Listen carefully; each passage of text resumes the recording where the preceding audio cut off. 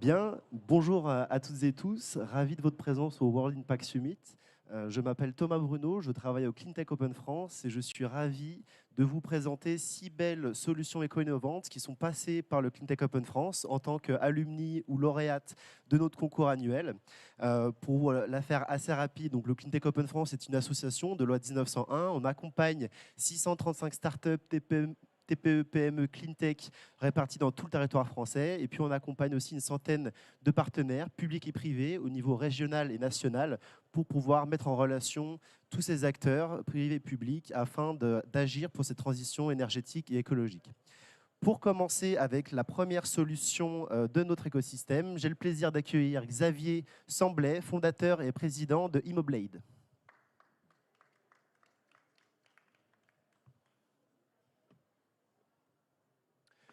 Bonjour Xavier, est-ce que tu peux nous présenter Immoblade et la solution que tu développes? Oui, alors c'est bon, ça, le son est bon? Voilà, bonjour à tous. Donc je suis Xavier Sambelli, effectivement le fondateur d'Immoblade. Donc Immoblade, c'est une start-up industrielle qui développe un produit pour le bâtiment et qui agit sur la protection, enfin qui développe une solution de protection solaire pour l'enveloppe du bâtiment. Alors le bâtiment, ça représente 25% de nos émissions de gaz à effet de serre. Et sur l'impact du bâtiment, les apports solaires sont particulièrement importants à deux titres. D'abord parce que l'efficacité énergétique du bâtiment est largement impactée par les apports solaires, en négatif, en pénalité de la climatisation l'été et en positif pour des apports solaires gratuits l'hiver. Et puis parce que dans un contexte où les canicules sont de plus en plus présentes, l'adaptation au changement climatique demande à avoir de la protection solaire et d'améliorer le confort thermique des bâtiments, en particulier des bâtiments du tertiaire, qui sont ceux qui vont nous intéresser particulièrement. Et d'ailleurs, la législation s'adapte, puisqu'il y a donc l'ARE 2020 pour les bâtiments neufs et le décret tertiaire qui aujourd'hui est en train de prendre de l'ampleur. Alors la solution qu'on propose, c'est une solution qui est basée sur une propriété simple de la façade d'un bâtiment. C'est que la façade d'un bâtiment, ça ne bouge jamais. Si le bâtiment dure 20 ans, 50 ans, 200 ans, sa façade sera toujours exposée de la même façon. Et les trajectoires du soleil sont complètement déterministes vues de cette façade. Et en revanche, elles sont différentes l'hiver et l'été. Donc l'hiver, un soleil plus bas, l'été, un soleil plus haut. Et ce qu'on va faire, c'est qu'on va adapter un système de protection solaire aux trajectoires du soleil, de façon à laisser passer le soleil l'hiver, au moment où on a besoin de ces apports solaires, et le bloquer l'été. Donc c'est avec un dispositif de brise-soleil qu'on insère dans le vitrage qu'on va avoir cet effet-là, avec donc un fort réfléchissement l'été et une bonne transparence pour l'hiver. Voilà, alors ce produit, bien sûr, la protection solaire, il y a énormément de produits sur le marché du bâtiment en protection solaire. Notre produit va être presque unique par ses caractéristiques. D'abord, les gains d'énergie qu'il peut faire, jusqu'à 120 kWh par mètre carré par an par rapport à la solution de référence qui est le verre à contrôle solaire. Et également par sa durabilité, puisque c'est un système qui est intégré dans le vitrage, donc il va avoir la durabilité d'un vitrage, on parle de 30 ans. Et par son bilan carbone, on a un des meilleurs bilans carbone du marché, 8 kg par mètre carré de notre produit. Sur un produit de durabilité 30 ans, c'est imbattable. Donc, où est-ce qu'on en est aujourd'hui? On a fait nos premiers projets, on a une vingtaine de références en France. Aujourd'hui, notre plus belle référence, c'est l'école d'architecture de Montpellier. Presque tous les vitrages de cette rénovation sont des vitrages Immoblade. Et puis, on a passé des caps très importants ces derniers mois. Donc, je vais en citer trois. D'abord, les performances testées dans un laboratoire à Anglet. Deuxièmement, l'industrialisation notamment du composant clé qui est utilisé dans notre système, qui est la lame, donc sur lequel on a un brevet et qui a été vraiment un vrai challenge d'industrialisation. Et puis le troisième, pour tous ceux qui connaissent le bâtiment, le secteur du bâtiment, où c'est difficile d'innover, c'est difficile d'apporter des innovations, on vient d'obtenir notre avis technique. Donc ça, c'est vraiment la porte d'entrée pour l'innovation dans le bâtiment, pour tous ceux qui connaissent ce secteur. C'est vraiment, excusez-moi l'anglicisme, le game changer pour notre technologie. J'ai encore une minute. Voilà, donc je voulais aussi insister sur, bien sûr c'est un projet hardware, c'est un projet industriel, mais il y a une dimension numérique à notre projet. Toute la valeur de notre système, c'est la personnalisation de notre produit. Donc pour chaque façade, on va avoir un réglage différent. Et cette personnalisation, elle demande d'avoir des outils numériques sur tout le cycle de vie de notre produit, depuis les premières prises de contact avec le client jusqu'à la pose. Et pour ça, on a développé un certain nombre de briques numériques qui sont importantes et fondamentales dans notre stratégie commerciale. Voilà, aujourd'hui, je suis surtout là donc, à ce salon en recherche d'investisseurs. On est en phase de levée de fonds pour terminer notre industrialisation et permettre de proposer largement cette innovation au marché du bâtiment et du bâtiment tertiaire. Merci beaucoup. Merci Xavier, je pense qu'on peut l'applaudir pour cette belle solution dans la construction et les bâtiments durables et dans l'efficacité énergétique. Je vais maintenant à présent demander à Nicolas Castet, COO de Carbon Waters, de pouvoir venir me rejoindre sur ce plateau. Merci Nicolas. Je te propose de présenter également ta solution et ton entreprise en 5 minutes, s'il te plaît. Bonjour à tous. Merci de participer à cette session de pitch plutôt que d'aller voir notre ancien président de la République. Donc Carbon Waters, c'est une deep tech industrielle basée à Pessac qui travaille dans le domaine des nanomatériaux et comment utiliser des nanomatériaux dans le domaine industriel en réfléchissant à la fois à comment décarboner ou contribuer à la décarbonation de l'industrie et à mettre en place de nouvelles industries moins impactantes environnementalement. Donc, les nanomatériaux sur lesquels on travaille, c'est le graphène. Alors, je vais devoir vous expliquer en 30 secondes ce qu'est le graphène pour que vous compreniez. Donc, le graphène, c'est un nanomatériau carboné qui a été découvert il y a 20 ans et qui a des propriétés uniques. C'est-à-dire que c'est le matériau le plus résistant, le plus léger, le plus imperméable, le plus conducteur électrique et le plus conducteur thermique. Donc, beaucoup de choses grâce à ce matériau qui intéresse beaucoup de monde et beaucoup d'industries. L'autre avantage du graphène, c'est que pour avoir ces effets dont je parle, il suffit d'en mettre très très peu, quelques pourcents dans une formulation polymère ou revêtement. Donc très intéressant. Ce sur quoi nous on a travaillé en fait, c'est deux choses. Comment produire ce graphène et comment l'utiliser pour atteindre nos objectifs. Alors, comment produire ce graphène ? La petite histoire dit que les découvreurs du graphène il y a 20 ans, qui ont obtenu un prix Nobel entre-temps, ont pris du graphite et avec du scotch, ont retiré chaque couche de carbone à la main pour, in fine, obtenir des couches de carbone très fines, qui est le graphène. Donc, c'est évidemment un système qui n'est pas reproductible. Donc, il a fallu, de notre côté, travailler sur une technologie pour produire ce graphène. Donc, initialement, on a récupéré des travaux du CNRS et ensuite, on a développé notre propre technologie. On est parti de zéro et donc, on a pu mettre en place une technologie qui, à la fois, est peu consommatrice d'énergie et qui permet de recycler une grosse partie des matières premières qu'on utilise et de pouvoir aussi biosourcer les matières premières principales.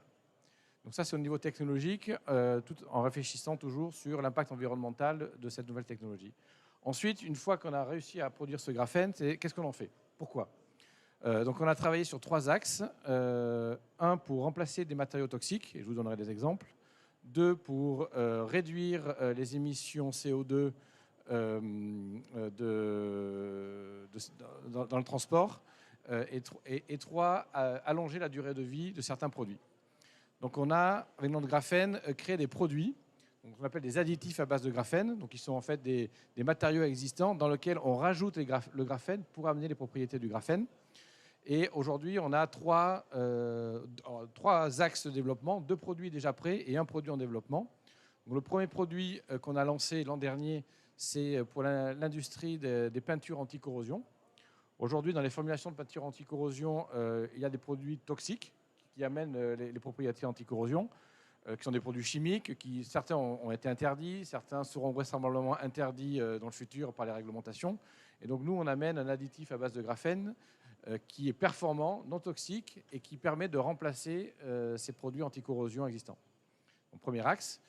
Deuxième axe, sur tout ce qui est polymère. En fait, en amenant du graphène dans un certain nombre de polymères, on les rend plus résistants mécaniquement. Alors, mécaniquement, c'est au choc, à la traction, par exemple, et plus résistants thermiquement, donc résistants à des plus hautes chaleurs. Donc, du coup, ça permet à la fois, par exemple, pour des applications composites, de renforcer ces matériaux composites, de les rendre plus résistants. Donc, du coup, sur des structures de transport, par exemple, utiliser plus de composites au détriment de matériaux métalliques, et donc réduire le poids des structures, et donc réduire la consommation énergétique. Sur la partie thermique, l'idée, c'est aussi de renforcer thermiquement ces polymères et donc ces composites pour allonger leur durée de vie. Et le troisième axe, là aussi on a un produit qui est lancé. Le troisième axe sur lequel on est en train de travailler, on lancera un produit l'an prochain, c'est sur les batteries, pour jouer sur les propriétés de conductivité électrique du graphène, afin d'améliorer la capacité de stockage des batteries et donc aussi d'augmenter la durée de vie de ces batteries.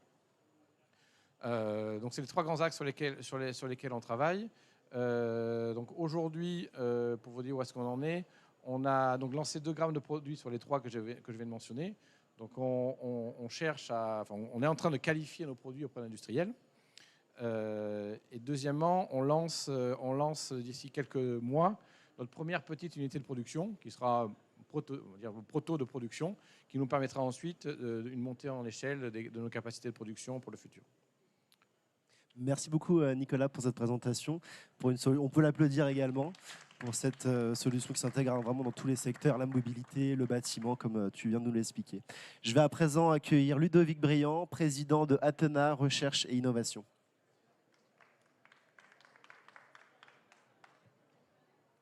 Bonjour Ludovic, je te laisse prendre place. Et donc, même exercice que pour les précédents. Est-ce que tu peux nous présenter Athena Recherche et Innovation? Avec grand plaisir.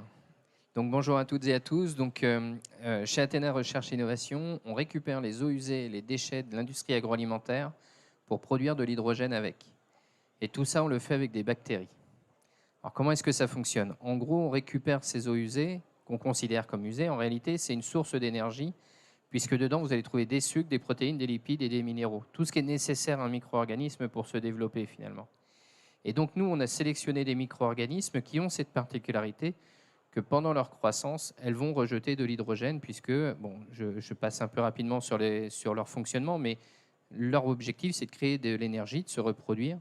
Et pour équilibrer ces réactions-là, ils ont besoin de rejeter cet hydrogène. Et donc, c'est un procédé de fermentation. Pour le dire autrement, au lieu de faire du vin ou de la bière, on fait de l'hydrogène.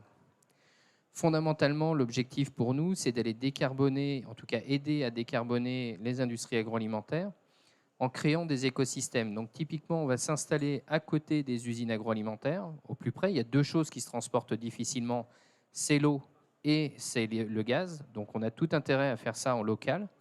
Donc on s'installe sur l'industriel de l'agroalimentaire. On récupère leurs eaux usées et leurs déchets, on fait l'hydrogène avec. Et l'hydrogène, on leur renvoie soit vers leur chaudière ou leur four pour produire de la chaleur ou de la vapeur, soit plutôt vers leur camion. Et dans ces cas-là, on transforme leur camion gasoil en camion hydrogène. Et une laiterie, par exemple, qui a tous les jours des camions qui vont collecter le lait chez les agriculteurs, vont permettre comme ça de récupérer, décarboner leur logistique. Le point qui est important pour nous, c'est qu'il n'y a pas de déchets dans la nature. Les déchets des uns sont les ressources des autres, donc on ne veut pas avoir de déchets non plus. Donc nos mous de fermentation, on va les transformer en biochars. Et ces biochars, on peut les faire retourner au sol, idéalement chez les agriculteurs qui alimentent la laiterie, par exemple, ou la biscuiterie. L'objectif de ces biochars, ça permet 2 choses principalement, de restructurer les sols agricoles en ramenant du carbone dans les sols agricoles, mais aussi de faire en sorte de consommer moins d'eau et moins d'engrais, puisque c'est un absorbant très, très efficace. Au bout du compte, du coup, on a créé cet écosystème, on a créé cette démarche circulaire, et finalement, un point qui est très important pour nous aussi, c'est que On voit bien que dans beaucoup de démarches où on veut faire de la transition environnementale, le prix est un problème majeur. Le surcoût lié à la décarbonation est un problème majeur. Quand on traite de l'eau usée, en moyenne en France, 1 mètre cube d'eau usée, ça va coûter à peu près 2,20 € pour être traité.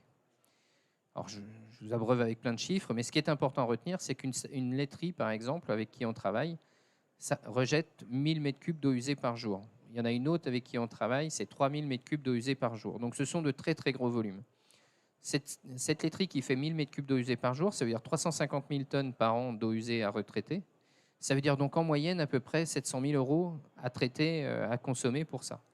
Ça consomme beaucoup d'énergie, c'est 10 à 15% de la consommation de l'énergie de la laiterie, et donc c'est très coûteux. Au bout du compte, en faisant ces économies d'énergie-là, en supprimant cette station d'épuration, on économise beaucoup d'argent et donc on peut la réinvestir dans la transition énergétique. Pourquoi ? Parce que les camions hydrogène aujourd'hui sont encore beaucoup plus chers que des camions gasoil traditionnels. Et en injectant l'argent qui a été consommé, enfin qui a été économisé, du traitement de l'eau dans la transition vers des camions de plus bas carbone, bah, ça permet d'avoir finalement à la fin une mobilité, même avec un hydrogène un peu cher, quasiment à la parité par rapport à si on calcule en coût total de possession du camion, on est quasiment à la parité avec un camion gasoil. Donc pour nous, ça c'est un point qui est très très important. Et c'est un procédé qui est plutôt large, puisque aujourd'hui on parle de laiterie, mais ça fonctionne très bien avec. On a fait des essais sur des eaux de cuisson de riz, on a fait des essais sur du marc de raisin, du marc de café, on a fait des essais tout simplement sur des produits qui sont des plats préparés, mais plutôt de dessert. Et donc dès que vous allez trouver du sucre et des protéines, enfin voilà, des choses que nous on aime bien manger, bah, finalement nos bactéries aiment bien les manger aussi. Nos enfants aiment bien le sucre, bah, nos bactéries aussi. Et donc, dès que vous allez avoir, vous faites des industriels qui aujourd'hui font de la compote, font des jus de fruits, font des soupes, vont faire des plats préparés divers et variés, et ainsi de suite. Tous ces produits, tous ces déchets, on peut les récupérer pour faire de l'hydrogène avec et créer des boucles d'économie circulaire. Donc voilà. Merci beaucoup Ludovic. On peut également l'applaudir pour cette belle solution. Encore une solution qui s'intègre dans énormément de secteurs, l'agriculture, la mobilité, les énergies renouvelables, etc., etc. Je vais à présent appeler Christophe Serpeau, directeur de développement de Gazotech. On peut l'applaudir également. Bonjour Christophe. Est-ce que tu peux nous expliquer qu'est-ce que fait Gazotech et quelles solutions tu agis pour cette transition énergétique et écologique ? Bien sûr, bonjour Thomas, bonjour à tous. Alors, nous, on est parti d'un constat qui est la consommation d'énergie fossile et de gaz, notamment dans l'industrie, qui correspond à peu près à 150 TWh, et les émissions de gaz à effet de serre. Il faut savoir que l'industrie et l'agriculture représentent environ 36% des émissions de gaz à effet de serre. Et c'est la raison pour laquelle on a créé Gazotech, c'est produire du gaz renouvelable qui pourrait venir en substitution du gaz naturel. Alors ça, on le fait par un procédé thermochimique qui s'appelle la pyrogazéification. Et le but est de prendre de la biomasse. Donc on a de la biomasse de type bois, on va avoir de la biomasse de type résidus agricoles, on va avoir de la biomasse type combustible solide de récupération, et de le faire passer dans ce procédé thermochimique et en sortir deux choses, un gaz de synthèse qui peut venir en substitution du gaz naturel et du biochar. Donc la partie biochar, qui est un coproduit pour nous, est valorisée en agronomie avec l'amendement des sols et à une valorisation carbone, puisque chaque tonne de biochar produite va séquestrer 2,7 tonnes d'équivalent CO2. Et donc cette partie gaz de synthèse qui vient directement dans un procédé industriel. Ce qu'il faut savoir, c'est que ce gaz de synthèse, donc qui a un pouvoir calorifique qui est inférieur au gaz naturel, peut venir sur des procédés chaleur haute température qui nécessitent une flamme, comme des fours à chaud, des fours terre cuite pour fabriquer des briques et des tuiles, peut venir aussi sur des fours aluminium. Mais on a aussi la possibilité d'ajouter des briques aval qui pourraient permettre à ce gaz de synthèse d'être transformé en un méthane de synthèse, biométhane, si c'est fait à partir de biomasse, et avoir la possibilité de l'injecter dans le réseau. Donc le réseau, on en a plusieurs en France, dont les plus connus sont GRT Gaz, GRDF, mais on peut, comme on est à Bordeaux ici, citer Régaz aussi. Et le but, ça sera effectivement d'injecter dans ces réseaux-là. Où on en est aujourd'hui, on a 2 sites qui sont en production, un dans une distillerie qui se trouve du côté de Limoux, un autre site en production chez un maraîcher serriste qui est du côté de Brest.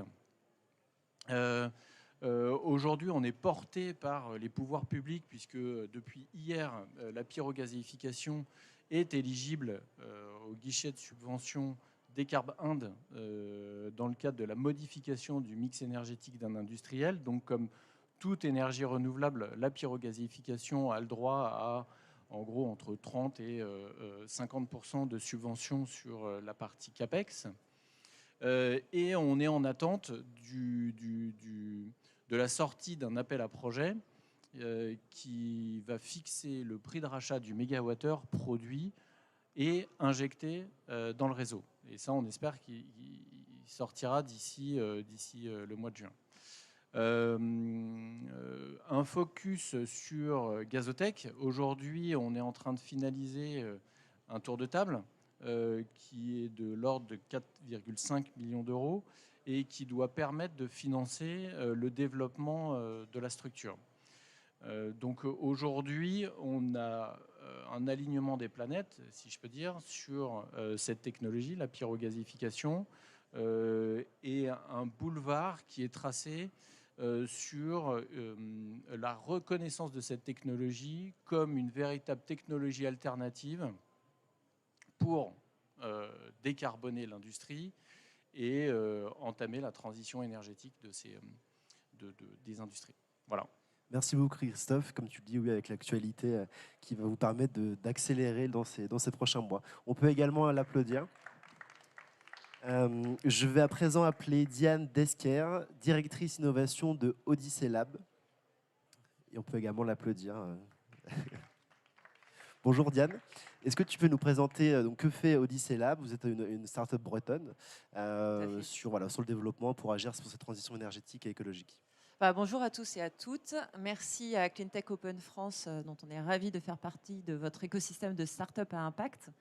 Donc moi, je m'appelle Diane Desquer, je suis ingénieure agronome et directrice innovation d'Odyssey Lab. Odyssey Lab, c'est donc une start-up bretonne qui a 1 an. On est 4 personnes dans la structure. Et notre mission principale, c'est de trouver des solutions pour développer des solutions innovantes au service de l'eau et du végétal, qui sont nos domaines d'expertise. On s'appuie et on est en lien avec des partenaires qui nous permettent de développer ces solutions pour plus de durabilité.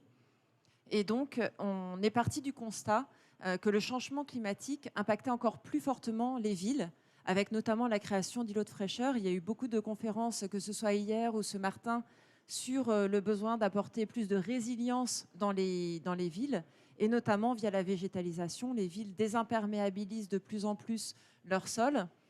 Et donc nous, on veut les aider à trouver des solutions pour avoir une pérennité dans la végétalisation. C'est un enjeu qui est crucial. On sait que 82% de la population française vit en ville, que les îlots de chaleur urbains ont un impact important sur le bien-être, sur la santé. Lors de la canicule de 2003, il a été mesuré qu'il y avait 141% de surmortalité dans la ville de Paris par rapport aux campagnes où elle était de 40%. Donc ça a vraiment un impact fort et c'est un enjeu stratégique sur lequel il faut travailler. La société Odyssey Lab, elle a développé une solution premièrement dédiée aux toitures végétalisées pour assurer leur pérennité tout en ayant une moindre consommation en eau, parce qu'il faut arroser la végétation pour qu'elle puisse survivre. Et on s'est basé sur les toitures végétalisées parce que ça représente à peu près 30% des surfaces imperméables d'une ville. Et donc notre solution, elle est basée sur la couche d'étanchéité de la surface de l'immeuble. Et au-dessus, on va aller mettre du coup le substrat et la végétation. Et cette couche permet donc cette nappe Odyssey, qui est brevetée et fabriquée en France par notre partenaire Affitex Innov. elle a une première couche d'étanchéité, une couche de filtration, pardon, qui va permettre de garder le substrat au-dessus de cette nappe. Et ensuite, des réseaux de goutte à goutte et de drainage. C'est vraiment ce qui fait l'innovation et ce qui a été breveté dans la nappe. C'est cette capacité à faire le drainage et l'irrigation des végétaux en même temps. Donc les drains vont aller, lorsqu'il y a des forts épisodes pluvieux, vont drainer l'eau jusqu'à une zone de stockage s'il y a une possibilité de mettre une zone de stockage d'eau. Et ensuite, cette eau va pouvoir être réutilisée via le réseau de goutte à goutte qui est donc enterré sous le substrat et qui est intégré à la nappe. Et c'est ce réseau de goutte à goutte qui va permettre d'apporter l'arrosage de la végétation. C'est important d'avoir un arrosage qui soit enterré. Ça permet d'éviter les pertes d'eau, notamment lorsqu'on a des arrosages par aspersion. Donc cette nappe a été très bien acceptée par le marché. Donc on l'a développée. On a déjà eu des chantiers qui ont été réalisés.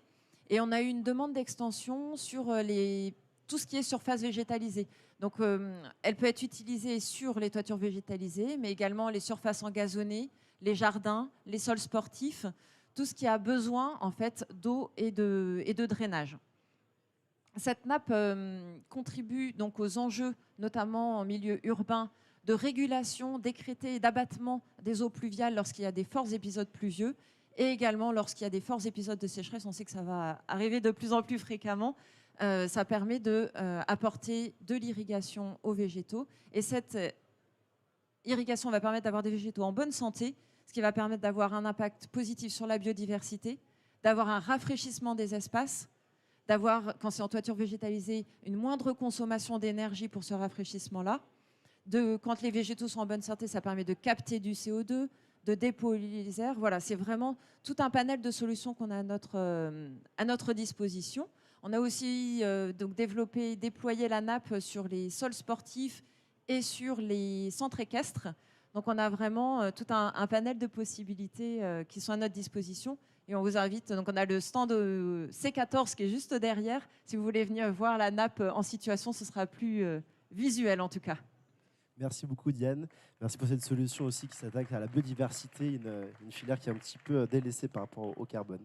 Et pour la dernière solution, je vais appeler Émilie Bons, chargée de communication, marketing et RSE de Aquatech Innovation.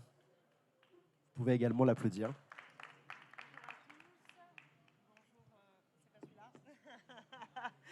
Merci Thomas, bonjour à tous, bonjour à toutes. Donc moi je suis Émilie Bons, chargée de communication, marketing et suivi de la démarche RSE chez Aquatech Innovation. Alors Aquatech Innovation, c'est une start-up de la Green Tech, labellisée Green Tech Innovation par le ministère de la Transition écologique, qui est engagée dans la protection de la ressource en eau. Donc nous concevons des produits modulaires, brevetés, pour à la fois agir sur la préservation de l'environnement, préserver l'environnement de la pollution issue des eaux usées domestiques et économiser l'eau. Donc en fait, pour ce faire, nous agissons sur tout le cycle de l'eau usée domestique. Donc la collecte, dans un premier temps, surtout pour les lieux qui sont dépourvus de solutions d'assainissement. Il y a beaucoup de lieux en France et dans le monde qui n'ont pas de solution de collecte ou de traitement des eaux usées domestiques. Donc on propose une solution parfaitement adaptable, modulable, pour aller collecter les eaux usées là où les solutions traditionnelles ne peuvent pas s'appliquer. Donc on va parler par exemple des ports ou de zones qui sont contraintes par la réglementation parce qu'elles sont réserves naturelles ou Natura 2000. Vous prenez par exemple un camping sur la bande des 100 mètres du littoral. S'il avait des constructions, il est désormais dans l'obligation de respecter les réglementations, de démonter ces installations. Et grâce à notre solution de collecte, il est en capacité de continuer à exploiter ces installations avec notre solution démontable. Évidemment, la collecte, on peut relier au réseau de la ville, mais pas toujours. Donc notre deuxième proposition de valeur, c'est le traitement de l'eau usée domestique de façon 100% biologique, avec une micro-station d'épuration qui est elle aussi parfaitement adaptable. Nous avons conçu un produit qui est breveté pour mettre des stations d'épuration en flottant pour les lieux qui sont dépourvus, qui ont un manque de foncier, par exemple les ports, qui cherchent des solutions à la fois pour s'engager dans leur transition écologique et pour augmenter la qualité de service aux plaisanciers, qui n'ont pas toujours de solution de stations d'épuration à proximité. Donc ça, ce sont nos solutions pour l'assainissement. Donc l'eau rejetée, qui est réglementaire, qui est de qualité réglementaire, elle est finalement, elle existe, elle est là, elle est utilisable. Donc nous avons développé nos solutions de recyclage, notre programme de réuse, avec 3 solutions. La première, qui vient récupérer les eaux usées des douches et des lavabos, et qui, après traitement, va permettre d'irriguer les espaces verts ou d'alimenter les chasses d'eau. Et ainsi, on ferme la boucle du cycle de l'eau usée. Nous avons une autre solution de réutilisation de l'eau usée pour les piscines, là, plus spécifiquement. On récupère en fait les eaux de lavage des filtres de piscine, qui sont des eaux utilisées en très grande quantité sur la haute saison et en fonction de la taille des bassins. Parce que vous ne savez peut-être pas toujours, mais une piscine, pour que cette eau-là soit toujours en qualité eau de piscine pour les baigneurs, elle est très régulièrement filtrée. Ces filtres-là, bien sûr, ils s'encrassent. Ils doivent eux-mêmes être nettoyés par de l'eau de la ville, donc de l'eau potable. C'est jusqu'à 80 mètres cubes d'eau utilisée en fonction de la taille des bassins pour une activité, un exploitant de piscine. C'est des quantités d'eau qui sont très, très importantes. On récupère cette eau-là, on la traite et on récupère environ 80% du volume d'eau qu'on réinjecte dans la piscine. Donc, c'est des économies. Merci beaucoup. Donc, ce sont des économies d'eau qui sont très importantes.